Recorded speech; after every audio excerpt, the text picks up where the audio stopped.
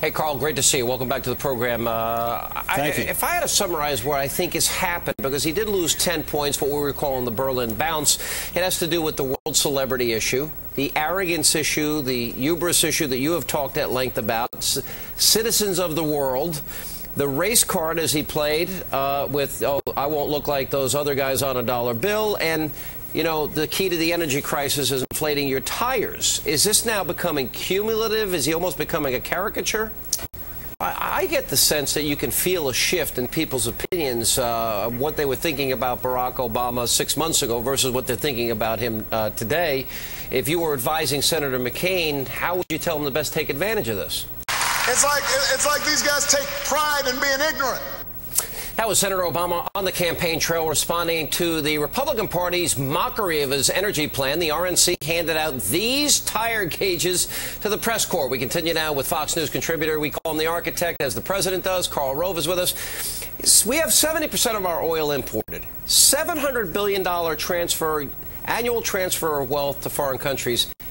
And his answer is that if we inflate our tires and get tune-ups, we don't need to drill. That's what he said. It has nothing to do. Inflating your tires, I think, is a great idea. I think it may help a little, but he says that will solve the crisis. I think this is laughable. Carl, do you? Yeah. Well, look, it's a 3% solution at best, and more than that, it speaks of the nanny state. What is the President of the United States going to do? Send out the tire police to make certain we all have inflated our tires to the proper?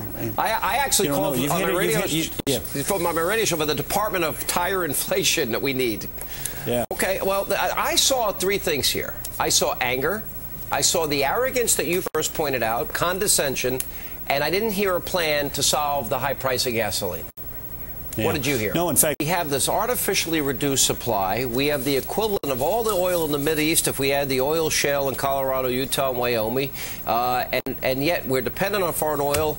Here's, I guess, what I would like to ask you, Carl, because this is your area of expertise. And I love the fact that the McCain campaign is using humor. I think the Paris Hilton thing was funny.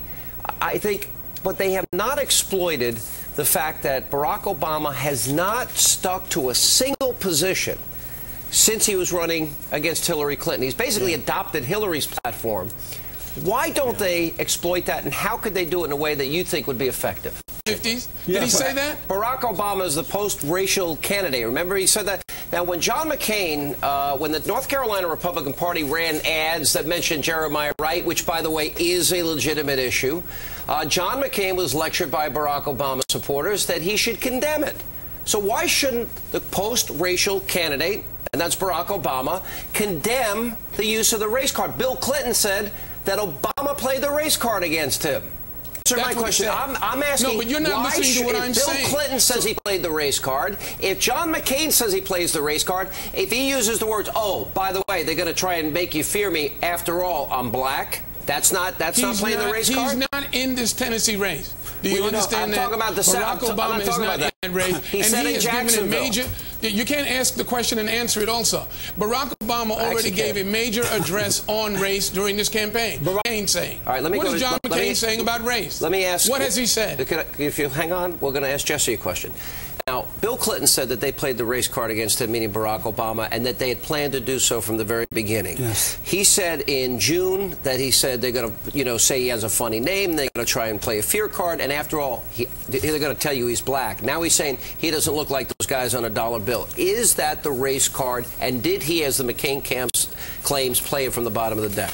80 days away from Election Day, and Senator McCain has found himself in a war of words with an unlikely foe. It seems that Paris Hilton is not amused with the following McCain political ad. He's the real Obama. The hotel heiress, who is self-described as hot, took matters into her own hands, and she released this much talked about response. In the world, like super old enough to remember when dancing was a sin and beer was served in a bucket. But is he ready to lead? Hey America, I'm Paris Hilton, and I'm a celebrity too. Only I'm not from the olden days, and I'm not promising change like that other guy. I'm just hot. But then that wrinkly white white-haired guy used me in his campaign ad. Which I have got, my confidence in Senator McCain has grown repeatedly. I've interviewed him now 4 times, twice television, twice radio, and he's promising tax cuts. He's promising originalist justices, promising not to go back to amnesty. We're holding you to that, Senator. Yeah. And promising to win the war, and promising to drill, to move towards. These are this is what this campaign is going to be about at this point. That's right. This is going to be. I think he's getting testy. I think he's nervous at the polls that have been slipping. I think all Democrats are saying that they're surprised that his numbers have not gone up. Here's the campaign ads that I want to see, and hopefully they're coming. Should I take notes? He has changed his mind on everything. Right. Never saw a poll that didn't change his mind. But where are the ads that, with humor, I would label them flip-flop number 1, or change them, whatever you want to call it. 1, 2, 3, 4, and just turn one ad out after another. Is that coming? This is the moment I've there with Senator McCain. I was impressed at the level of energy he has, and the passion that he has, and the drive. It's interesting. But by the way, I don't know what Cindy's reaction was when he offered her up for the beauty contest among the bikers. He is known for having a great sense of humor. She has an even better sense of humor. So that was a little hairy against Yucca Mountain, but guess what? Now I'm for it. John, don't put words in my mouth or anticipate what I'm going to do. That was a heated exchange. Welcome back, my friend. Good to see you. Thanks for being with us. Thanks. Yeah, he said, if I caught this right, there's no difference between his energy plan and John McCain's. He's against drilling. He's against nukes. He's against coal mining expand. Well, he is before he's against it before he's for it. I mean, like everything else, there are major differences here. And he did say that if we would just inflate our tires and tune up cars that don't need tune-ups anymore, that would be the equivalent of all the... Sean. Maria, prices have gone down $25 a barrel just on the threat that America may drill. But I want to go back to John's point. Here's Nancy Pelosi. She said when she took over the gavel, with integrity, with civility, with bipartisanship, that's how she's going to run the House.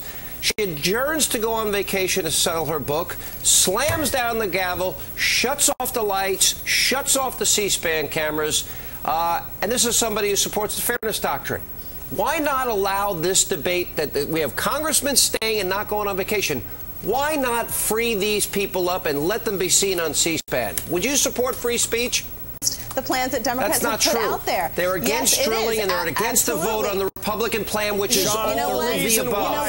The reason why Nancy Pelosi the Senate will not actually passed a bipartisan plan, or they are. All right, we got to take a break. We got to take a break. When we come back, we're going to show you the video that we showed you yesterday of Senator Obama, for the second time in 3 weeks, mentioning me by name, encouraging an individual to come on this program and tear me up. I want advice from my friend John Kasich when we return. And also later, first it was Al Gore aboard his, well, private luxury G2 jet. And then Gore fixing up his millionaire mansion. Well, he's now got himself a new toy. But is that environmentally friendly? We have the pictures of Mr. Save the Earth coming up.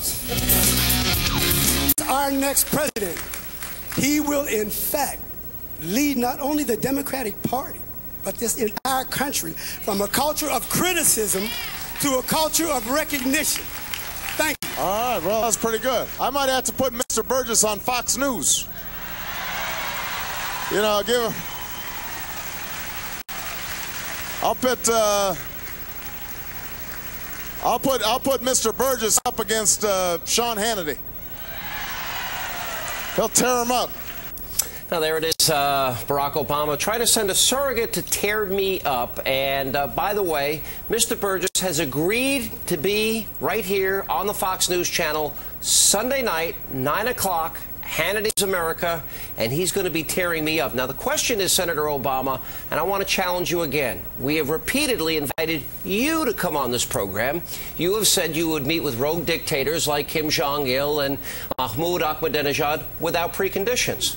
We invite you for the full hour, Senator, one-on-one, to give you an opportunity to tear me up yourself. If you're willing to meet with them without preconditions, why not meet with little old Sean Hannity? And we'll continue to put up the questions that we're going to be asking you, Senator, if you do come on the program.